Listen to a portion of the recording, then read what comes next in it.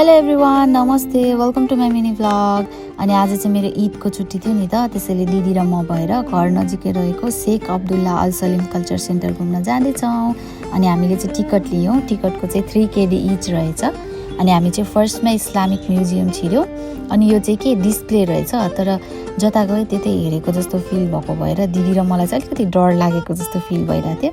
अनि म चाहिँ दिदीलाई जिस्काउँदै थिएँ यति बेला, त्यही भएर अनि जस्ट 3 KD मा you'll get to explore 6 special museum like Science Museum, Robots and Machine, Earth Museum, and there's my favorite, the Ecosystem, the Human Body Museum, Islamic Museum and the Space Museum. अनि यहाँ घुम्न आउँदा चाहिँ के मजाले time लिएर explore गर्ने तरिकाले आउनु पर्दो रहेछ। हामीले पनि त्यही सोचेर आएको थियौँ, तर 2टा जति म्युजियम चाहिँ छुट्यायौँ हामीले। त्यही हो, कुवेतको गर्मी, दिउँसो निस्किने त चान्स नै भएन। तपाईँहरूलाई थाहा नै होला कुवेतको गर्मी कस्तो हुन्छ भनेर।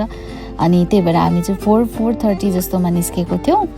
अनि आजको दिन चाहिँ एकदमै ईदको छुट्टीले गर्दा होला एकदमै मान्छे एकदम फुल भएको भएर मजाले मान्छे धेरै भएको बेला चाहिँ मजाले खुलेर एक्सप्लोर गर्न चाहिँ अलिक नपाउने रहेछ कि, त्यही भएर त्यही पनि हामीले ट्राई गऱ्यौँ सकेसम्म घुम्ने।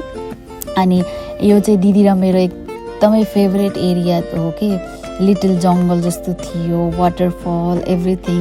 अनि हामी चाहिँ एकदम हरियो फुलहरू देखेर रमाउने मान्छे नि त, अनि देखेर खुसी हुँदै म चाहिँ देखाउँदै थिएँ यति बेला।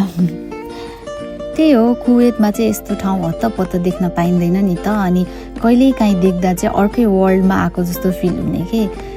अनि यसरी आफ्नो लागि थोरै टाइम निकालेर आफ्नो दिदीबहिनी साथीभाइहरूसँग घुम्न निस्किँदा चाहिँ एकछिन भए पनि स्ट्रेस बिर्सेको जस्तो फिल हुँदो रहेछ कि। सधैँ त काम भइरहेको हुन्छ नि त, अनि त्यो थकान, त्यो स्ट्रेस, त्यो टेन्सनहरू सबै बिर्सिँदो रहेछ कि एकछिनको लागि भए पनि। हामीले अब विदेशी लाइफ त्यही त हो, आफ्नो टाइममा चल्न पाउँदैन, उनीहरूको टाइममा चल्नुपर्छ। अनि त्यो एक दिन एकछिनको लागि निकालेको आफ्नो र आफ्नो साथीभाइको लागि टाइम पनि एकदम मेमोरेबल हुन्छ कि पछि गएर। हजुरहरू विदेशमा हुनुहुन्छ भने रिलेट गर्नु भइरहेको होला केही न केही, कतै न कतै। हजुरहरू पनि टाइम निकालेर आफ्नो साथी दिदीबहिनीहरूसँग घुम्न जानु होला, इन्जोय गर्नु होला।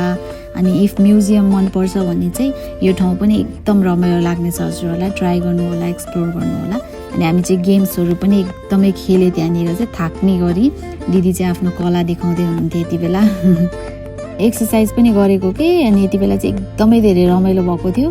दिदी र म चाहिँ कति धेरै हाँसेको थियो कि यति बेला चाहिँ। यो प्ले एरियामा चाहिँ हामीले एकदमै धेरै इन्जोय गऱ्यौँ कि, थाक्ने गरी गेम्सहरू खेल्यौँ, उफ्र्यौँ, हाँस्यौँ। अनि साँझ परिसकेको थियो, हामी चाहिँ बाहिर निस्क्यौँ, एकछिन बाहिर फोटो भिडियोहरू खिच्यौँ। अनि दिदी र म चाहिँ टाइम स्पेन्ड गरेर कुराहरू गर्दै बसिरहेको थिएँ। एकछिन रमाइलो भयो दिदी भन्दै हुनुहुन्थ्यो, दिदीले एकदम रमाइलो भयो भन्दै हुनुहुन्थ्यो। हामी चाहिँ अनि त्यही हो, रमाइलो भयो। Thank you for watching, see you next time, bye, love you all.